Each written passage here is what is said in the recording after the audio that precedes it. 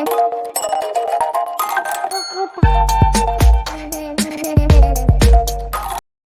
Everyone, इस video में बात कर लेते हैं टाटा स्टील लिमिटेड की। क्विकली एनालिसिस देख लेते हैं। चैनल को लाइक एंड सब्सक्राइब करना मत भूलिएगा। तो टाटा स्टील में आज आप देखें तो सडन अपवर्ड मोमेंटम आया। अदरवाइज स्टॉक कुछ दिन से बियरिश की कैटेगरी में था और नीचे ही ज़्यादा जा रहा था, बट स्टॉक ने फाइनली सपोर्ट भी लिया और आज गैप अप ओपनिंग के बाद चलते हुए नजर आया स्टॉक। अब क्या हुआ, क्यों हुआ, वो देखते हैं। पहले यहाँ पर आप देखें तो टाटा स्टील में ब्लॉक डील हुई है पहली बात तो, और ब्लॉक डील के साथ साथ India Tata steel at over 2.5 year high after a block deal भी हुई है। और साथ ही साथ आप देखें तो आज मेटल सेक्टर बहुत ज़्यादा उछाल पर था। इसी वजह से टाटा स्टील बहुत तेज़ी पकड़ी और 6 से 7% का अपवर्ड मोमेंटम लगा स्टॉक में। और फॉर्मेशन अगर आप देखें तो स्टॉक चैनल के अंदर ट्रेड कर रहा है। एक्यूमुलेशन एंड रिटर्न्स की वाली फॉर्मेशन है। यहाँ पे नीचे एक्यूमुलेट होता है, ऊपर रिटर्न्स बुक होते हैं। इसी के साथ जो अपन को हर्डल देखने को मिला है यहाँ पे, वो रहा है अपना ऑलमोस्ट 150 के अराउंड। अब 150 पर हर्डल क्यों है, क्योंकि साइकोलॉजिकल लेवल है एक तो, दूसरा ट्रेंड लाइन का हर्डल है जो कि पहले भी हो चुका है। ये ट्रेंड लाइन है, यहाँ भी हर्डल दिया, यहाँ भी हर्डल दिखाया और यहाँ से ट्रेंड लाइन बनी थी 23 में सितंबर से। तो इसी वजह से 150 के ऊपर स्टॉक निकल नहीं पाया क्योंकि हैवी सेलिंग शुरू हो गई थी। तो बाय मंडे क्या होगा वो समझते हैं। बाय मंडे स्टॉक को अगर ऊपर की दिशा पकड़नी है तो यहाँ पे स्टॉक का होगा ब्रेकआउट, और ब्रेकआउट का जो लेवल रहेगा वो होगा 151 के अराउंड। और 151 के बाद अगर कोई बड़ा मोमेंटम हैगा या बड़े सेलर जहाँ पे अपन को देखने को मिलेंगे वो रहेगा 155, क्योंकि साइकोलॉजिकल लेवल सस्टेन होने के बाद हमेशा 5 पॉइंट थोड़ा वेट करा करिए, उसके बाद ही बाय बनाया करिए, क्योंकि 5 पॉइंट बाद तक सेलर्स हमेशा एक्टिव रहते हैं और 5 पॉइंट पहले भी सेलर्स एक्टिव हो जाते हैं। तो 155 तक स्टॉक में हर्डल ज़्यादा देखने को मिल सकता है, वहाँ से स्टॉक रिवर्स भी दिखा सकता है।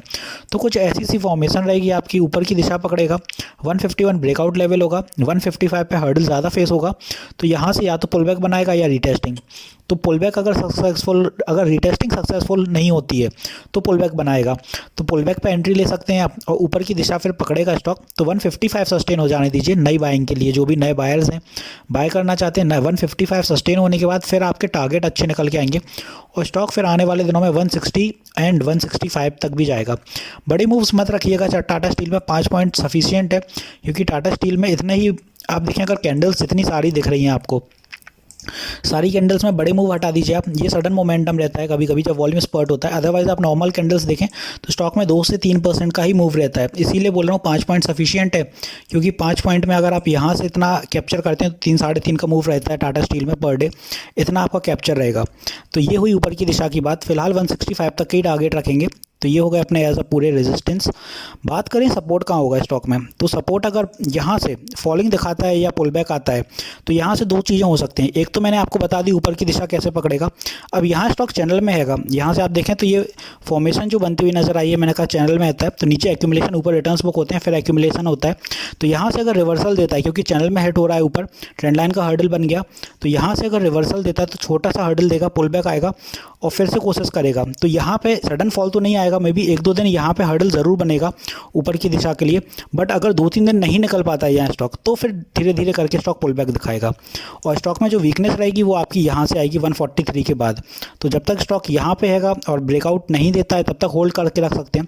अगर सपोर्ट लेवल फिर नीचे के टूटते हैं, जो कि मैं बताता हूँ, यहाँ से अपना पहला सपोर्ट बनेगा 147 पे, क्योंकि यहाँ पे आप देखें तो ये वाला ऑलरेडी हर्डल हो चुका है इस कैंडल का, तो 147 होगा।